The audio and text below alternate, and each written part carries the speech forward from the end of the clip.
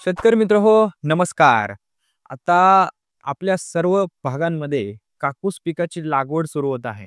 मित्र हो, सर्वच जण आता लागवडीसाठी तयारी करत आहात. तर या अगोदर आपल्याला कापूस पिकाविषयी या गोष्टी जाणून घेणं खूप आवश्यक आहे. प्रत्येक जण उत्पादन वाढवण्यासाठी आत्तापर्यंत खूप सारे पर्याय करून बसला आहे. वेगवेगळी रासायनिक खतं, वेगवेगळी तंत्रज्ञानं, वेगवेगळ्या टेक्निक या सगळं वापरून झालं तरी सुद्धा आपल्याला कापूस या पिकामधून हवं तेवढं मनासारखं उत्पादन मात्र मिळत नाहीये. मित्रहो, आज मी तुम्हाला एक असं तंत्रज्ञान सांगणार आहे, की ज्याच्या माध्यमातून तुम्ही भरगच्च असं उत्पादन घेऊ शकता. तेही तुमच्या जमिनीची नासधूस न करता. चला तर मग जाणून घेऊया. मित्रहो, आता सुरुवात करायची आहे, तर सुरुवात करताना आपल्याला पहिले मशागत करणं आवश्यक आहे. तर कापूस हा 2 पद्धतीमध्ये होतो. म्हणजे एकतर तो कोरडवाहू किंवा दुसरा बागायती. मराठवाडा, विदर्भ भागामध्ये कोरडवाहू पद्धतीमध्ये कापूस होतो. म्हणजे पावसाच्या पाण्यावरती केला जाणारा. तर तिकडे आपल्याला जास्त मशागत करण्याची आवश्यकता नाहीये. तरी सुद्धा आपण नांगरणी ही पहिली करून घेणं गरजेचं आहे. जर गरज असेल तर आपल्याला रोटर किंवा फळी मारून घेणं आवश्यक आहे. सध्या रासायनिक खतांच्या अतिवापरामुळे जमिनीमध्ये ढेकळांचं प्रमाण खूप जास्त झालं आहे. त्यामुळे आपल्याला फळी मारणं किंवा रोटर मारणं आवश्यक आहे. तसं रोटर मारणं ही चुकीची पद्धत आहे. परंतु जर जास्त खूप प्रमाणामध्ये ढेकळांची संख्या असेल तर आपल्याला या पद्धतीने ते बारीक करून घेणं आवश्यक आहे. नंतर आपण सरी सोडणंही करू शकतो. आपण ज्या पद्धतीने कापसाची लागवड करणार आहोत त्या पद्धतीमध्ये आपल्याला सरी सोडावी लागणार आहे. तर आपल्याला जास्त मशागत करायची नाहीये. एवढ्या मशागतीमध्ये आपल्याला कापूस पिकाचं लागवडीचं नियोजन तयार करून घ्यायचं आहे. मित्रहो, आता आपण लागवडीच्या पद्धती बघूया. भरपूर ठिकाणी वेगवेगळ्या भागांमध्ये वेगवेगळ्या पद्धतींचा अवलंब केला जातो. एक आहे पारंपरिक पद्धती, काही आहेत आधुनिक पद्धती. मग यामधली योग्य कोणती आणि आपल्या मातीसाठी, आपल्या भागासाठी सगळ्यात चांगली पद्धत कोणती? जेणेकरून आपल्याला जास्तीत जास्त झाडांची संख्या 1 एकरमध्ये बसवता येईल आणि आपल्याला त्यापासून उत्पादन सुद्धा खूप चांगल्या पद्धतीने घेता येईल. बघूया. तर यातील पहिली पद्धत आहे समान अंतर पद्धत. म्हणजे 2 ओळींमध्ये आणि 2 रोपांमध्ये हे समान अंतर ठेवलं जातं. हे बऱ्याच ठिकाणी आपल्याला दिसून येतं. परंतु याचा तोटा असा आहे, की यामध्ये आपल्याला जास्तीत जास्त झाडांची संख्या मिळत नाही आणि याचा फायदा मित्रांनो असा आहे, की याच्यामध्ये आपण दोन्ही बाजूनी आपण काय करू शकतो, तर मशागत करू शकतो. त्यामुळे याचा फायदाही आहे आणि तोटाही आहे. दुसरी जी पद्धत आहे, ती आहे विषम अंतर पद्धत. याच्यामध्ये आपण जे अंतर आहे, 2 ओळींमधलं अंतर हे वाढवू शकतो, कमी करू शकतो. 2 रोपांमधलं अंतर हे कमी जास्त करू शकतो. तर मग अंतर किती घेऊ शकतो? तर बघू शकता 4x2, 6x1 किंवा 5x1.5 या पद्धतीचा आपण जर वापर केला तर आपल्याला जास्तीत जास्त रोपांची संख्या ही 1 एकरमध्ये बसवता येते आणि सध्या तज्ञांच्या सल्ल्यानुसार आणि शेतकऱ्यांच्या अनुभवानुसार विषम अंतर पद्धत हीच योग्य पद्धत म्हणून वापरली जाते. याच पद्धतीचा वापर करून आपण जास्तीत जास्त रोप संख्या लागवड करून आपल्या पिकापासून जास्तीत जास्त उत्पादन घेऊ शकतो. या पद्धतीमध्ये आपल्याला दोन्ही साइडवरून मशागत करता येत नाही. परंतु याचा फायदा असा होतो, की आपल्याला जास्त रोप संख्या बसते व उत्पादन सुद्धा वाढीव मिळतं. तिसरी पद्धत आहे जोडओळ पद्धत. आता ही पद्धत जुनी पद्धत आहे मित्रहो. क्वचित कुठले तरी शेतकरी ही पद्धतीचा वापर करतात. परंतु ही पद्धत रिकमेंडेड नाहीये. आपण स्क्रीनवरती बघू शकता. या पद्धतीचा वापर शक्यतो आता कोणी करत नाही. परंतु ही पद्धत केली तर आपल्याला प्लांट पॉप्युलेशन पण कमी मिळतं आणि दाटी झाल्यामुळे आपल्याला उत्पादनाला सुद्धा फटका बसू शकतो. पुढची जी पद्धत आहे ती आहे पेरणी पद्धत. सध्या सगळीकडे जास्त प्रमाणामध्ये जर आपल्याला लागवड करायची असेल तर आपण पेरणी पद्धतीचा वापर करतो. पेरणी यंत्राच्या सहाय्याने तुम्ही या पद्धतीमध्ये याचा वापर करू शकता. पेरणी यंत्रांचा वापर आपण करून विषम अंतर पद्धत सुद्धा म्हणू शकतो. प्लांट टू प्लांट अंतर आणि 2 ओळींमधलं अंतर हे फिक्स राहतं. त्यामुळे आपल्याला त्याच्यामध्ये जास्त काही अशी तडजोड करता येत नाही. परंतु या चारही पद्धतींमध्ये सगळ्यात चांगली पद्धत जर सांगायची असेल तर विषम अंतर पद्धत ही आहे. आपण या पद्धतीचा वापर करून खूप चांगल्या प्रकारे आहे त्या क्षेत्रामधून उत्पादन काढू शकता. मित्रहो, आता आपण लागवडीची पद्धत पाहिली, परंतु आता लागवड तर करायची आहे, परंतु सर्वात मोठा प्रश्न तो असतो म्हणजे बियाणं कोणतं निवडायचं, म्हणजेच कोणत्या जातीचं बियाणं आपल्याला लावायचं आहे. यासाठी भरपूर शेतकरी मित्र जे आहेत ते तळ्यात मळ्यात असतात. म्हणजे आपण विचार करतो, खूप सारी चौकशी करतो आणि त्यानंतर बियाणाची निवड करतो. परंतु तरी सुद्धा लागवड झाल्यानंतर कुठेतरी असं वाटतं की आपण बियाणं निवडताना कुठेतरी चुकलो आपण. तर मित्रहो, जाणून घेऊया नेमके जाती कोणत्या आहेत आणि कोणती जात आपल्याला जास्तीत जास्त उत्पादन देऊ शकते. तशा पाहायला गेलं तर कापसाचे प्रमुख 3 प्रकार पडतात. एक आहे विलायती, जो की विदेशातून आपण इकडे आणलेला आहे. दुसरा आहे देशी, जो की इथे आपला मूळ जाती म्हणजे देशी, म्हणजे भारतामध्ये उगवल्या जाणाऱ्या. आणि तिसरे आहे म्हणजे संकरित, जे या दोन्हींचा संकर करून तयार केलेली आहे. तर या 3 प्रकारांपासून तयार झालेल्या जातींमधली आपण निवड करतो. देशी कापूस शक्यतो कोणी आता वापर करत नाहीये. तसंच विलायती कापूस सुद्धा कोणी जास्त करून लागवड करत नाही. परंतु या दोन्हीचा संकर करून तयार केलेल्या ज्या व्हरायटी आहेत, त्याचा आपण सध्या वापर करत आहेत. तर मी आपल्याला काही नावं सांगेल, जी सध्या मार्केटमध्ये शेतकरी मित्र जास्त प्रमाणामध्ये वापरतात आणि त्यांच्या अनुभवानुसार त्याचं उत्पादन खूप चांगलं मिळतं. सध्या शेतकरी मित्र सर्वीकडेच बीटी संकरित वाण वापरतात, म्हणजेच बॅसिलस thuringiensis या जीवाणूने संक्रमित केलेली व्हरायटी. आता ही व्हरायटी काय आहे, मग याचा आपण पूर्णपणे डिटेलमध्ये माहिती घेऊया. कापसावरती सर्वात मोठं नुकसान करणारी अळी म्हणजे बोंडअळी, जिला आपण बॉलवर्म असं म्हणतो. तिच्यामुळे खूप सारं नुकसान होतं. मग याला थांबवण्यासाठी शास्त्रज्ञांनी एक रेजिस्टंट व्हरायटी जन्मात घातली, ती म्हणजे बीटी कॉटन या नावाने. मित्रहो, सध्या भरपूर शेतकरी मित्रांना हे पण अनुभव येत आहेत की बीटी कॉटन या व्हरायटीला सुद्धा बॉलवर्म म्हणजेच बोंडअळी लागत आहे. हे का बरं होतंय ते जाणून घेऊया. मित्रहो, पिकामध्ये स्वतःची एक प्रतिकार शक्ती असते. ती जर कमी झाली तर तिच्यावरती रोग आणि किडींचा अटॅक हा होणारच आहे. राम सर सांगतात की कमजोरीमुळेच रोग येतो. मग व्हरायटी कोणती आहे, कशी आहे याला काहीही महत्त्व नाहीये.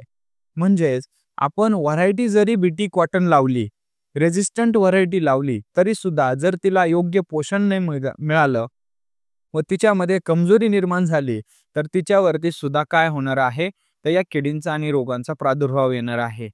तर आपले भरपूर शेतकरी मित्र आहेत ज्यांनी एससीटी वैदिक तंत्रज्ञानाचा वापर केला आणि त्यांच्या पिकामधून, शेतामधून बोंडअळी ही पळून गेली. मित्रहो, आपल्याला पिकाला पोषित करायचं आहे, त्याला धडधाकट बनवायचं आहे, जेणेकरून आपल्या पिकावरती कोणत्याच प्रकारची अळी किंवा रोगराई येणार नाही. आपण काही व्हरायटी पाहूया, ज्या सध्या सर्वीकडे वापरल्या जातात. त्यातीलच आहेत राशी 2, शक्ती 9, साई, राशी 656, अंकुर 09, अंकुर 651 किंवा जय, एमआरसी 7326, एमआरसी 7351, अजित 11, अजित 155, अजित 177, अजित 199 आणि त्याचबरोबर केडीसीएच 471 किंवा त्रिनेत्र. या ज्या व्हरायटी आहेत, या बीटी कॉटन संकरित व्हरायटी आहेत. याचा आपण वापर आपल्या पुढील हंगामासाठी करू शकता.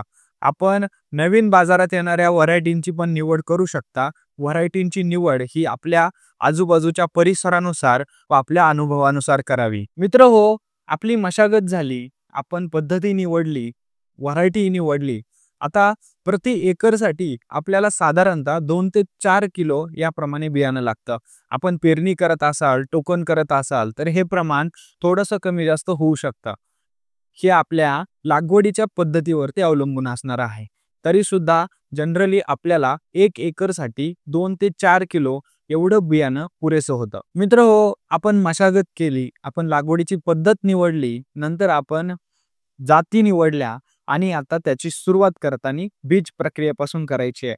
बीज प्रक्रिया केल्याने आपली उगवण क्षमता 100% होते व बियाणं हे लवकरात लवकर उगवून येतं.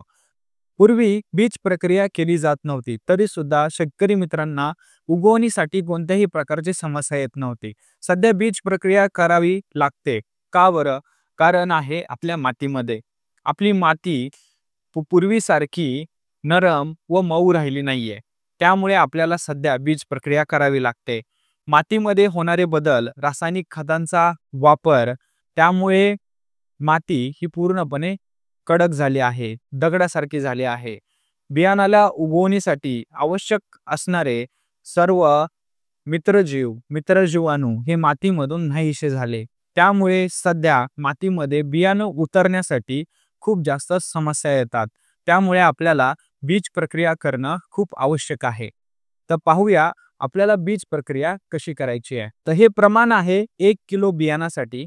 याच्यामध्ये आपल्याला सॉइल चार्जर 50 मिली, plant charger 20 gram, root charger 20 gram हे पूर्णपणे मिश्रण 1 लिटर पाण्यामध्ये पूर्ण मिसळून ते आपल्याला 1 किलो बियाणासाठी चोळून घ्यायचं आहे.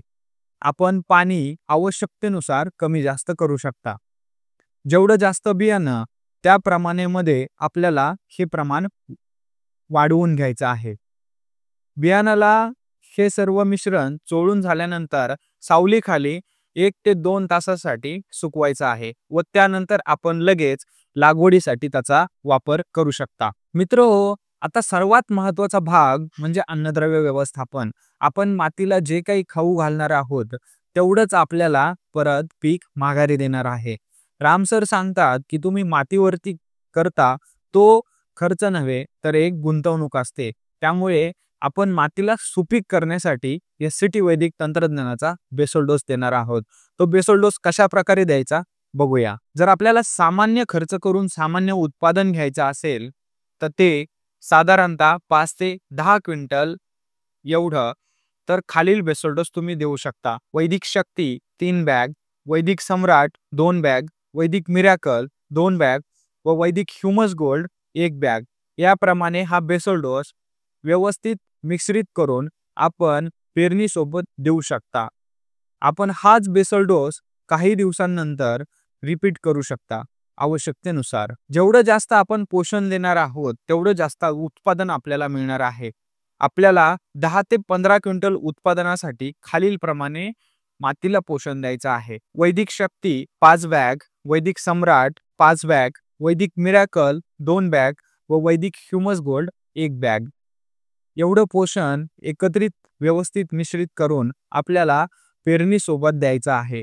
हा डोस आपण 2 भागांमध्ये विभाजित करून पण देऊ शकता. सुरुवातीला व नंतर 2 महिन्यानंतर आपण हा डोस परत रिपीट करू शकता.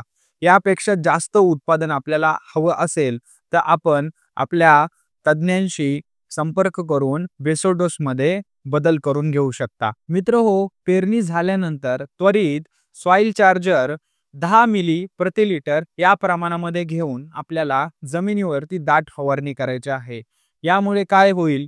यामुळे पहिला फायदा आपल्या उगवण क्षमतेमध्ये वाढ होईल. दुसरा म्हणजे तण नियंत्रणामध्ये आपल्याला मदत होईल. जमिनीमध्ये मित्रजीवाणू, मित्रबुरशा यांची वाढ होण्यासाठी मदत होईल. सर्वात महत्त्वाचा भाग जो की विदर्भ व मराठवाडा भागामध्ये आपल्याला महत्त्वपूर्ण ठरणार आहे. आपल्या भागामध्ये पाण्याची पातळी खाली गेलेली आहे व टीडीएस म्हणजे क्षारता ही खूप जास्त प्रमाणामध्ये वाढली आहे. त्यामुळे आपल्याला पाणी वापरताना हे अमृत जलने संस्कारित केलेलंच वापरायचं आहे. अमृत जलचा वापर केल्याने आपण जे पाणी पिकाला देण्यासाठी किंवा फवारण्यासाठी वापर करणार आहोत त्यामुळे त्याच्यामध्ये शुद्धता व ऊर्जा तयार होणार आहे.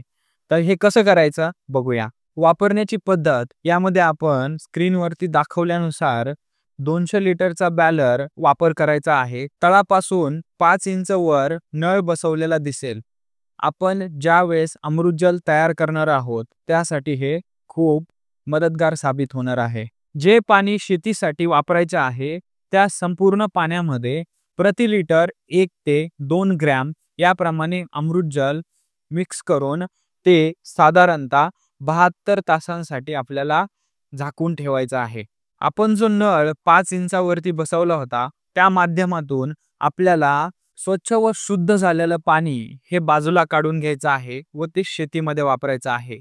तळाला साचलेला साका व वरती तवंग आलेला हा आपल्याला बाजूला काढून टाकायचा आहे. त्याचा वापर आपण करायचा नाही. यानंतर सर्वात महत्त्वाचा भाग म्हणजे आपल्या कापूस पिकामध्ये करत असलेले आंतरमशागती. वरील प्रमाणे आपण बघू शकता आपण या आंतरमशागती करतो. त्यातील महत्त्वाचे आहे म्हणजे नांग्या भरणी. नांग्या भरणी म्हणजे काय, तर आपण पिकामध्ये आलेली तुटवळ ही रोपांच्या मदतीने भरून काढतो, ज्यामुळे आपल्याला उत्पादन क्षमतेमध्ये वाढ दिसून येते. तर जी बियाणे उगवली नाहीयेत त्या ठिकाणी आपल्याला रोपांची तुटवळ लावायची आहे. यासाठी आपण लागवड करतानाच तुटवळीसाठी नांग्या भरणी करण्यासाठी रोपे तयार करून ठेवावीत. दुसरं महत्त्वाची मशागत म्हणजे विरळणी. जिथे 2 बिया पडतील तिथे 2 रोपे उगवणार आहेत व जिथे दाटी होतीये अशा ठिकाणचं अशक्त रोप आपल्याला बाजूला काढायचं आहे. त्यामुळे त्या रोपाला वाढण्यासाठी वाव मिळून उत्पादनामध्ये वाढ होईल. नंतर पुढची मशागत म्हणजेच खुरपणी आहे. मित्र हो, एससीटी वैदिक तंत्रज्ञानामध्ये आपण तणनाशक वापरण्यासाठी पूर्णपणे बंदी घातली आहे. तर मग खुरपणी किंवा आपण तण नियंत्रण कशा पद्धतीने करायचं, तर आत्तापर्यंत आलेल्या अनुभवानुसार हजारो शेतकरी मित्र असे सांगतात एससीटी वैदिक तंत्रज्ञानाचा वापर केल्यास आपल्या पिकामध्ये तण हे उगवतच नाही. पहिलं वर्ष असेल तर फार थोड्या प्रमाणामध्ये आपल्याला तण दिसून येतं. ते सुद्धा आपण अगदीच थोड्या खर्चामध्ये काढू शकतो. समोर आपण एका शेतकरी मित्राचा अनुभव बघू शकता. एससीटी वैदिक वापरल्यानंतर कशा प्रकारे त्यांच्या शेतीमधलं तण गायब झालं.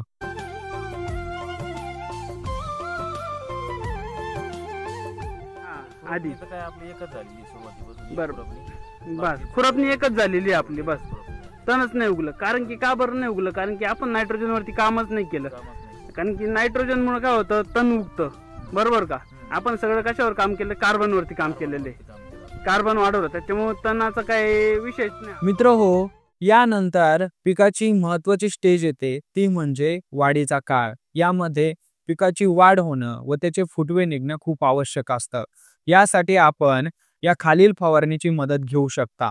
ही फवारणी गरज असल्यास घ्यावी व गरज असेल तर ती आपण रिपीट पण करू शकता. यामध्ये आपल्याला क्रॉप चार्जर 3 मिली, फ्रूट चार्जर 10 मिली व एनर्जी बूस्टर 1 मिली याप्रमाणे प्रति लिटर पाण्यामध्ये घेऊन फवारणी करायची आहे. आपण पुढे पाहू शकता या उत्पादनांचा वापर केल्यामुळे कापूस पीक किती जोमाने वाढला आहे.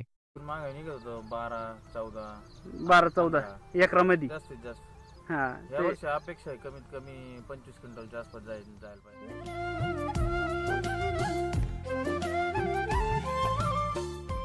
फुलांचं म्हणजे जसे जेवढे पान आहे तेवढेच फुलं आहे मला असं वाटतं. तेवढे पाने तेवढेच फुलं आहे का दिसतंय ना. आपण जर बघितलं तर एक लाईन मध्येच सगळे फुलं चालू आहे. एक लाईन मध्येच चालू आहे. बरोबर.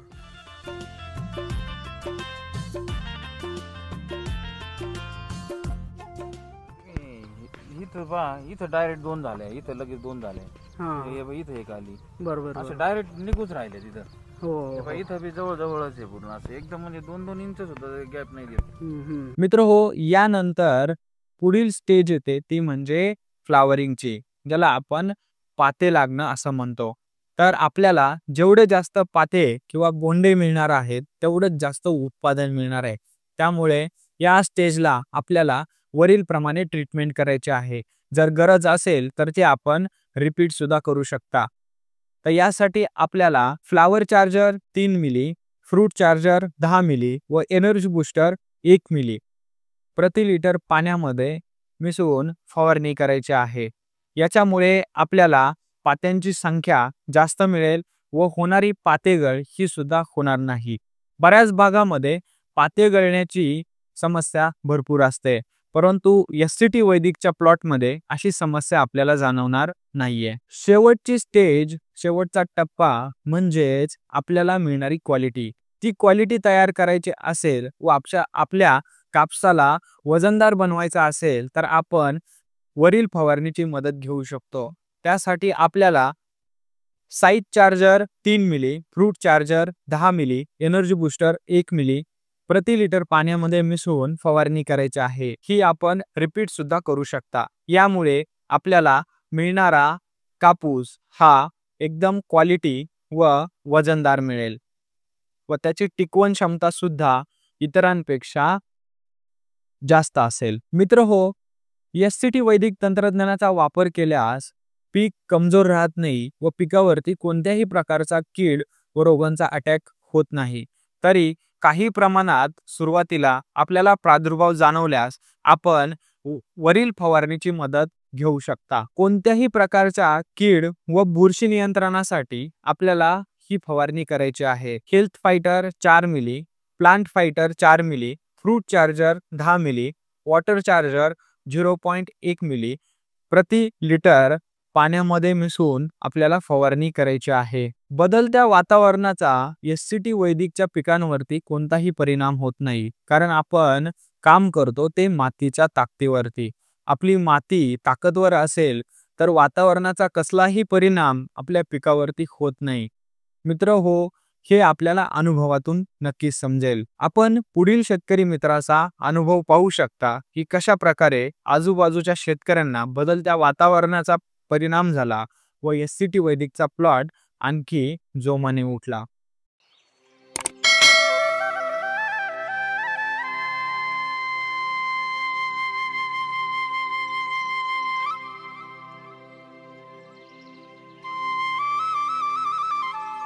नमस्ते नमस्ते। सर, परिचय द्या ना तुमचा। माझा परिचय दत्तात्रय श्रावण मांडोळे, हां, मुक्काम पोस्ट गोंडगाव, तालुका भडगाव, जिल्हा जळगाव। ओके। तर आपला हा कपाशीचा प्लॉट आहे। किती किती दिवसाचा कपाशीचा प्लॉट आहे हा? हा माझा आता 3 महिने झाले कपाशीला। 3 महिने झाले। जूनची लागवड आहे। 26 जूनला मी लागवड केली होती। 26 जूनला लागवड केली होती। जुलै, ऑगस्ट, सप्टेंबर। बरं, तिथून आतापर्यंतचा कसा प्रवास आहे तुमचा कपाशीचा? कपाशीचा प्रवासाचा सर मी कृषी अमृतचा डोस 2 वेळा दिलेला हां. आहे। त्यानंतर वैदिकचा वापर केलेला आहे। ओके आणि सॉइल चार्जर मी दर 15-20 दिवसाने ड्रिप वॉटर दिलेला आहे। ओके। तर मग कपाशी जर बघितली तर तुमच्या पानांची क्वालिटी, नंतर तिचा जो लाग आहे, तर याच्यामध्ये काय वेगळेपण काय वाटतं तुम्हाला? तर वेगळेपणचा विषय असा आहे, आमच्याकडे इतका पाऊस झाला आहे यावेळेस की पूर्ण शेत ओललं आहे। लोकांच्या कपाश्या लाल पडून गेल्या, पण माझी कपाशी अशी आहे, क्वालिटी बी तुम्ही पाहून घ्या, क्वालिटी वगैरे पत्ती एकदम फ्रेश आहे। हां हां आणि लाल म्हणजे बाग पूर्ण प्लॉट मध्ये कुठे जास्त लालसरपणा दिसत नाही। हां हां हां हां हां म्हणजे एकदम ग्रीन हिरवीगार दिसते। हो, हिरवीगार दिसते। आणि विषय म्हणजे एवढ्या पावसामुळे लोकांच्या फुलपाकड्या इतक्या गळालेल्या आहेत की झाडावर फक्त जे लागलेल्या काही 5-10 तेवढे शिल्लक आहेत, पण माझी एकही फुलपाती या ठिकाणी गळाली नाही एवढा पाऊस असताना सुद्धा। बरं, साधारणतः तुम्ही सॉइल चार्जर टेक्नॉलॉजी किती वर्षापासून वापरता? मी 5 वर्षापासून वापरतो सर। बरं, तेव्हापासून वापरता, तेव्हापासून तर आतापर्यंतचा काय तुमचा अनुभव कसा आला? अनुभव मला खूप छान भेटलेला। तर मित्र हो, अशा प्रकारे आपल्याला कापूस पिकाचं नियोजन करायचं आहे। एससीटी वैदिक तंत्रज्ञानाचा वापर करा, आपली माती सुपीक करा व आपलं पीक समृद्ध करा। तर चला मित्र हो, एससीटी वैदिकच्या साहाय्याने शेती करूया आनंदाने। अधिक माहितीसाठी खालील दिलेल्या नंबरवरती आपण संपर्क करू शकता। धन्यवाद।